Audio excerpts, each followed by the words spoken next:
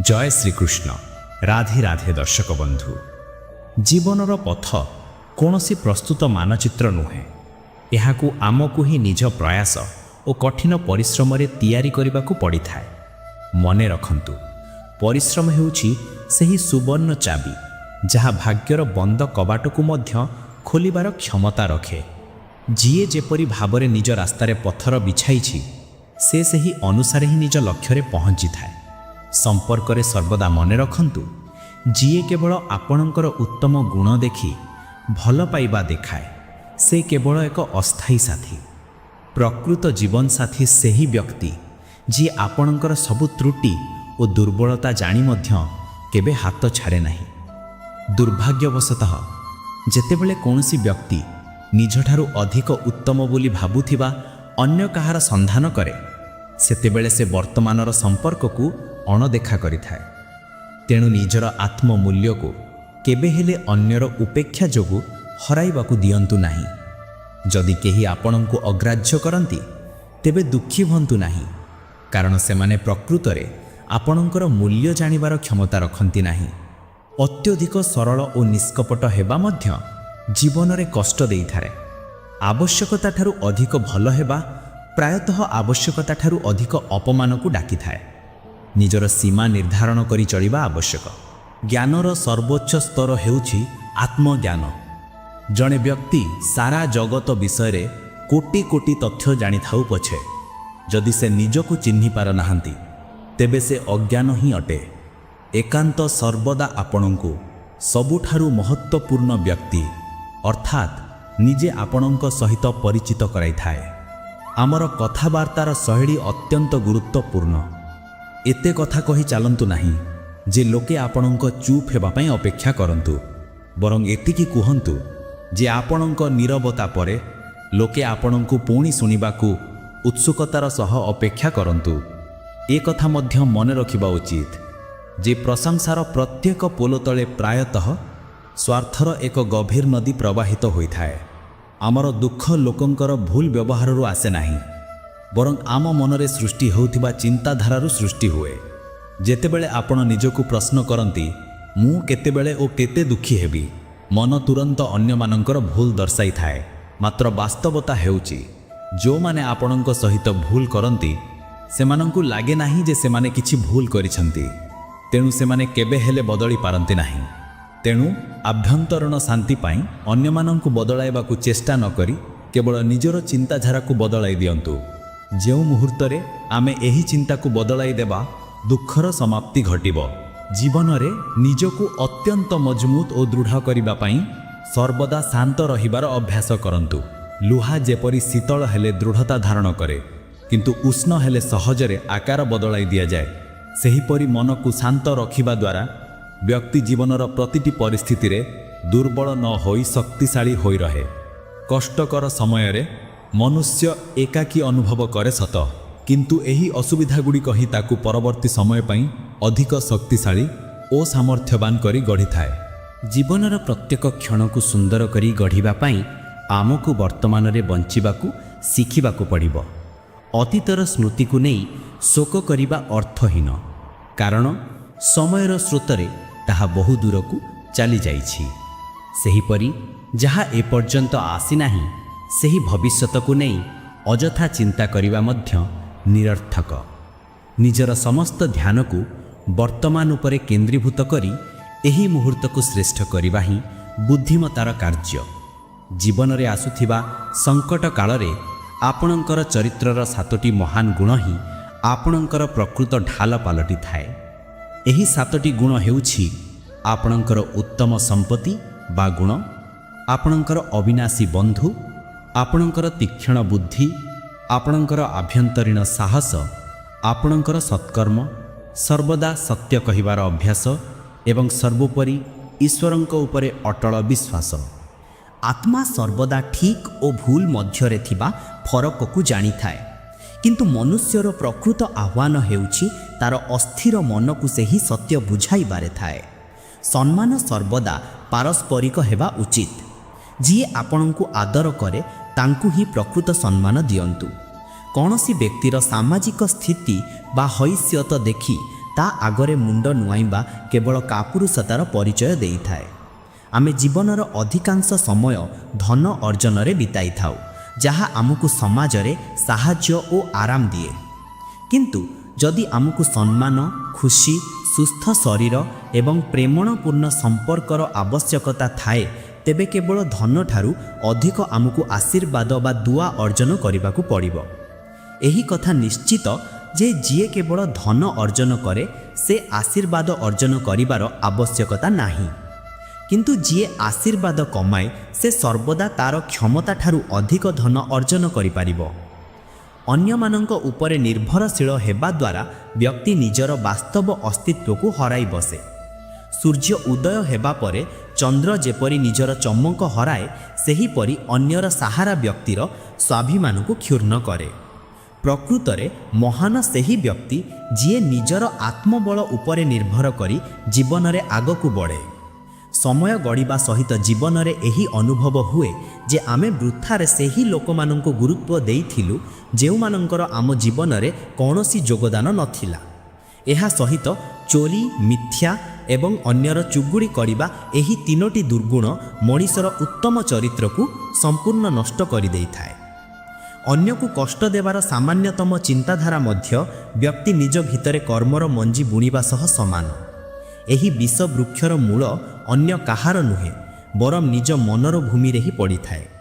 ତୁମ ଭିତରେ ଯେଉଁ ଚିନ୍ତା ରହିଛି ତାହା ହିଁ ବୃକ୍ଷରେ ପରିଣତ ହେବ ଏବଂ ତା'ର ଫଳ କେବଳ ତୁମକୁ ହିଁ ଭୋଗ କରିବାକୁ ପଡ଼ିବ।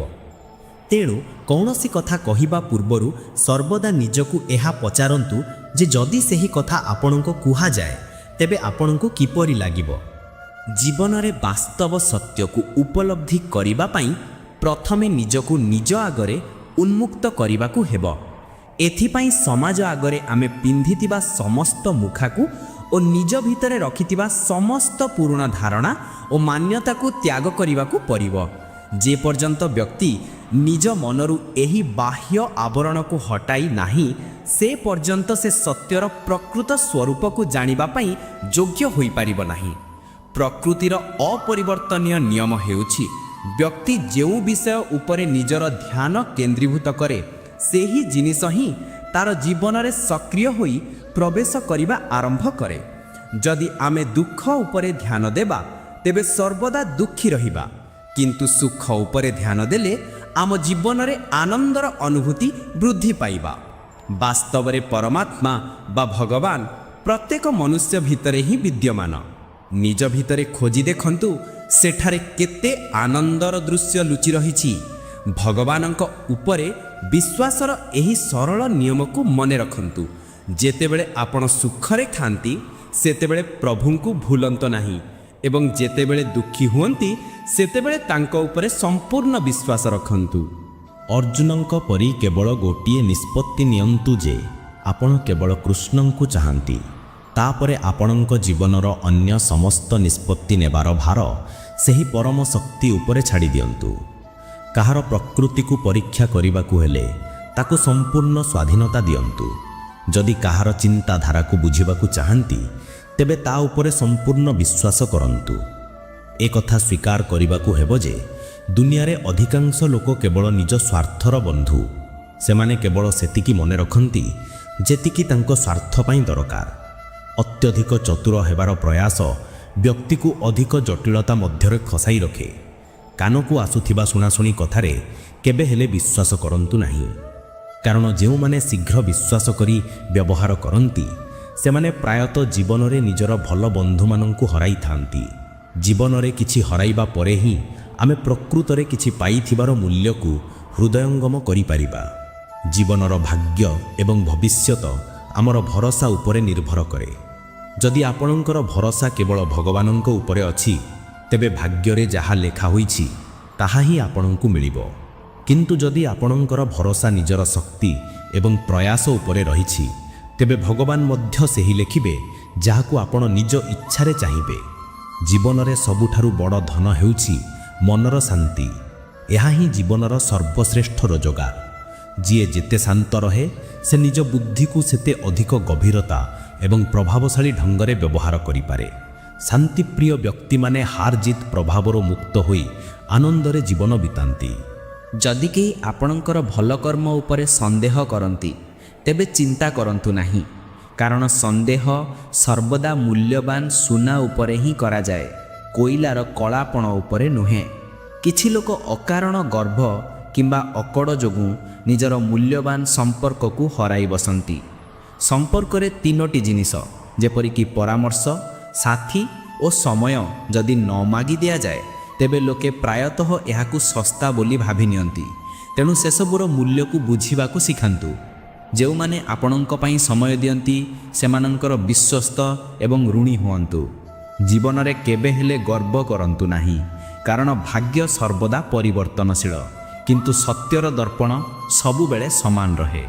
ପ୍ରକୃତିର ନିୟମ ଅନୁସାରେ ପତ୍ରଝଡ଼ ନ ହେଲେ ଗଛରେ ନୂଆ ପତ୍ର ଆସେ ନାହିଁ। ସେହିପରି କଠିନତା ଓ ସଂଘର୍ଷକୁ ସାମ୍ନା ନ କଲେ ଜୀବନରେ ଭଲ ଦିନ ଆସିବା ସମ୍ଭବ ନୁହେଁ।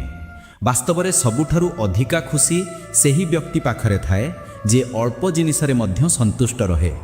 ଯେ ପର୍ଯ୍ୟନ୍ତ ଆପଣ ଭୟରେ ରହିବେ ଆପଣଙ୍କ ଜୀବନର ଗୁରୁତ୍ୱପୂର୍ଣ୍ଣ ନିଷ୍ପତ୍ତିଗୁଡ଼ିକ ଅନ୍ୟ ଲୋକମାନେ ହିଁ ନେଉଥିବେ। ଭୟକୁ ତ୍ୟାଗ କରନ୍ତୁ।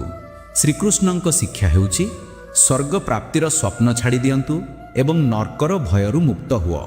ପାପ ଓ ପୁଣ୍ୟର ଜଟିଳତା ମଧ୍ୟରେ ନ ଫସି କେବଳ ଏତିକି ମନେ ରଖନ୍ତୁ ଯେ ନିଜ ସ୍ୱାର୍ଥ ପାଇଁ କାହାରି ମନକୁ ଦୁଃଖ ଦିଅ ନାହିଁ। ବାଟି ସବୁକିଛି ପ୍ରକୃତିର ନ୍ୟାୟ ଉପରେ ଛାଡ଼ି ଦିଅନ୍ତୁ। ଧନ ବଡ଼ ନୁହେଁ, ବଡ଼ ବିପଦ ସମୟରେ ଯିଏ ଆପଣଙ୍କର ସାଥିରେ ଠିଆ ହୁଏ ସେ ହିଁ ସର୍ବଶ୍ରେଷ୍ଠ। ଯଦି ଲୋକେ କେବଳ ଆବଶ୍ୟକତା ପଡ଼ିଲେ ହିଁ ଆପଣଙ୍କୁ ମନେ ପକାନ୍ତି ତେବେ ସେମାନଙ୍କୁ ସ୍ୱାର୍ଥପର ଭାବନ୍ତୁ ନାହିଁ, ବରଂ ଆପଣ ସେମାନଙ୍କ ଜୀବନର ସେହି ଆଲୋକର କିରଣ ବୋଲି ଭାବନ୍ତୁ ଯାହା କେବଳ ଅନ୍ଧାର ବା ବିପଦ ସମୟରେ ସେମାନଙ୍କୁ ଦେଖାଯାଏ। ଜୀବନରେ ସର୍ବପ୍ରଥମେ ନିଜ ଉପରେ ଦୃଢ଼ ବିଶ୍ୱାସ ରଖିବା ଜରୁରୀ। ଗଛର ଡାଳ ଉପରେ ବସିଥିବା ପକ୍ଷୀ ଯେପରି ଡାଳ ହଲିଲେ ବି ଡରୁ ନାହିଁ, କାରଣ ସେ ଡାଳ ଉପରେ ନୁହେଁ ବରଂ ନିଜ ପରର ଶକ୍ତି ଉପରେ ଭରସା କରେ, ସେହିପରି ମନୁଷ୍ୟ ମଧ୍ୟ ନିଜର ଆତ୍ମବିଶ୍ୱାସକୁ ଆଧାର କରି ବଞ୍ଚିବା ଉଚିତ। ଆମର ଅଧିକାଂଶ ସ୍ୱପ୍ନ କେବଳ ଗୋଟିଏ କଥା ଯୋଗୁଁ ଭାଙ୍ଗିଯାଏ, ତାହା ହେଉଛି ଲୋକେ କ'ଣ କହିବେ। ଅନ୍ୟମାନଙ୍କର ମତାମତର ଭୟକୁ ଛାଡ଼ି ନିଜ ନିଷ୍ପତ୍ତି ନିଜେ ନେବା ଉଚିତ, କାରଣ ଏହି ସାମାଜିକ ଚାପ ଆମକୁ ସଫଳତା ପଥରୁ ବିଚ୍ୟୁତ କରିଥାଏ। ଏହି ଦୁନିଆରେ କିଛି ଇତ୍ତେଫାକ ବା ଆକସ୍ମିକ ନୁହେଁ। ପ୍ରତ୍ୟେକ ବ୍ୟକ୍ତି ଭଲ ଭାବରେ ଜାଣିଛି ଯେ ସେ ଅନ୍ୟ ଜଣଙ୍କ ସହିତ କ'ଣ କରୁଛି, ଭଲ ନା ଖରାପ। ସେମାନଙ୍କୁ ସବୁ କଥାର ଭଲ ଖବର ଥାଏ।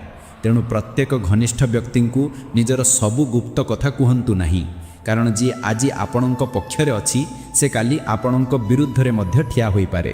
ଅନ୍ୟ କେହି ଆମର ଖରାପ କରୁଛନ୍ତି ତାହା ତାଙ୍କର କର୍ମ, କିନ୍ତୁ ଆମେ କାହାର ଅନିଷ୍ଟ ନ କରିବା ଆମର ଧର୍ମ।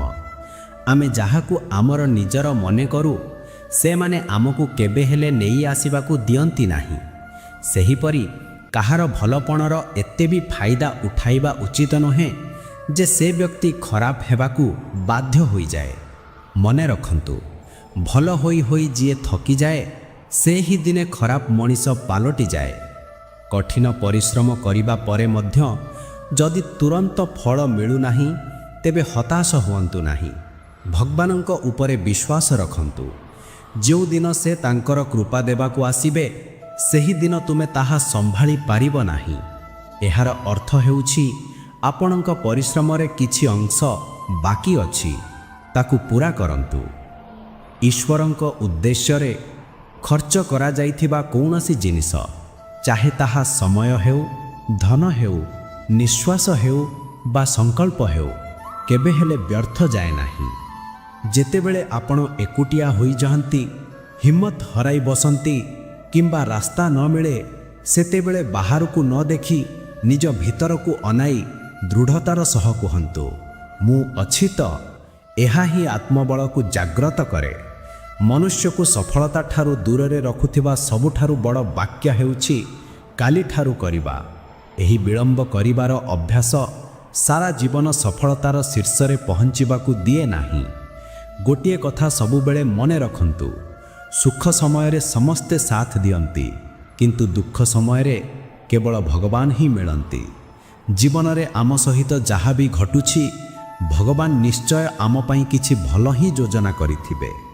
ଅତ୍ୟନ୍ତ ସରଳ ସ୍ୱଭାବର ବ୍ୟକ୍ତିକୁ କେବେ ହେଲେ ଦୁର୍ବଳ ବୋଲି ଭାବିବା ଉଚିତ ନୁହେଁ, କାରଣ ସରଳତା ହେଉଛି ତା'ର ସଂସ୍କାର, ଦୁର୍ବଳତା ନୁହେଁ।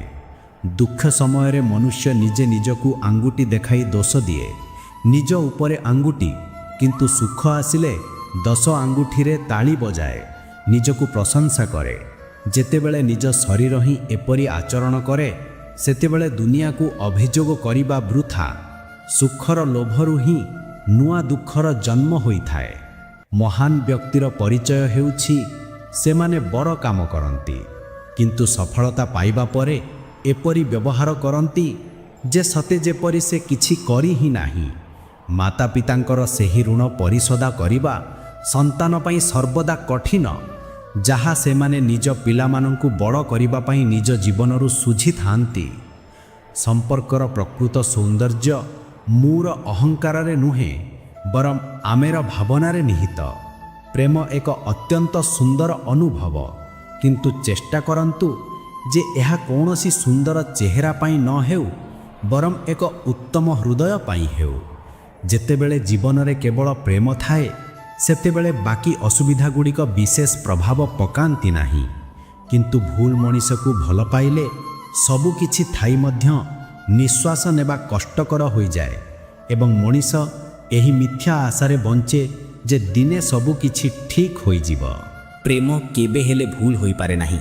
ଆମେ ହିଁ ଭୁଲ ବ୍ୟକ୍ତିକୁ ବାଛିବାର ଭୁଲ କରିବସୁ। ମାନବିକତା କୌଣସି ସାମାଜିକ ପ୍ରତିଷ୍ଠା ବା ହୈସିୟତ ଦେଖେ ନାହିଁ, ଏହା ହୃଦୟରେ ବାସ କରେ। ଶ୍ରୀକୃଷ୍ଣ କହନ୍ତି, ଏହିସବୁ ମୋର ତୋର ମୋହ କାହିଁକି, ଦିନେ ଏସବୁ ଚାଲିଯିବ। ତୁମେ ଯାହା କିଛି ଅର୍ଜନ କରିଛ ସବୁ ଏଇଠାରେ ହିଁ ରହିବ। ତେଣୁ କିଛି ଭଲ କର୍ମ କରିନିଅ ଯାହା ତୁମ ସହିତ ଯିବ। ଉପରବାଲା କେବଳ ତୁମର କର୍ମକୁ ଦେଖନ୍ତି, ତୁମର ସମ୍ପତ୍ତି ବା ୱସିୟତକୁ ନୁହେଁ। ଦୁଃଖ ସମୟରେ ମନରେ ଏହି ଭାବନା ଆସିବା ସ୍ୱାଭାବିକ ଯେ ପରମାତ୍ମା ମୋର କଷ୍ଟ କାହିଁକି ଦେଖୁନାହାନ୍ତି। ମାତ୍ର ମନେ ରଖନ୍ତୁ, ଯେତେବେଳେ ପରୀକ୍ଷା ଚାଲିଥାଏ ସେତେବେଳେ ଶିକ୍ଷକ ସର୍ବଦା ନୀରବ ରୁହନ୍ତି। ଏହି ଦୁନିଆରେ ଦୁଇ ପ୍ରକାରର ଲୋକ ଅଛନ୍ତି। ଗୋଟିଏ ଶ୍ରେଣୀର ଲୋକଙ୍କୁ ଡର ଥାଏ ଯେ ଈଶ୍ୱର ସବୁ କିଛି ଦେଖୁଛନ୍ତି, ଆଉ କିଛି ଲୋକଙ୍କୁ ଭରସା ଥାଏ ଯେ ଈଶ୍ୱର ସବୁ କିଛି ଦେଖୁଛନ୍ତି। ଖରାପ ଲୋକମାନଙ୍କ ସହିତ ମିଶିବାର ଅନୁଭୂତି ହେଲେ ତୁମେ ପ୍ରକୃତ ଭଲ ଲୋକଙ୍କ ମୂଲ୍ୟ ବୁଝିବ।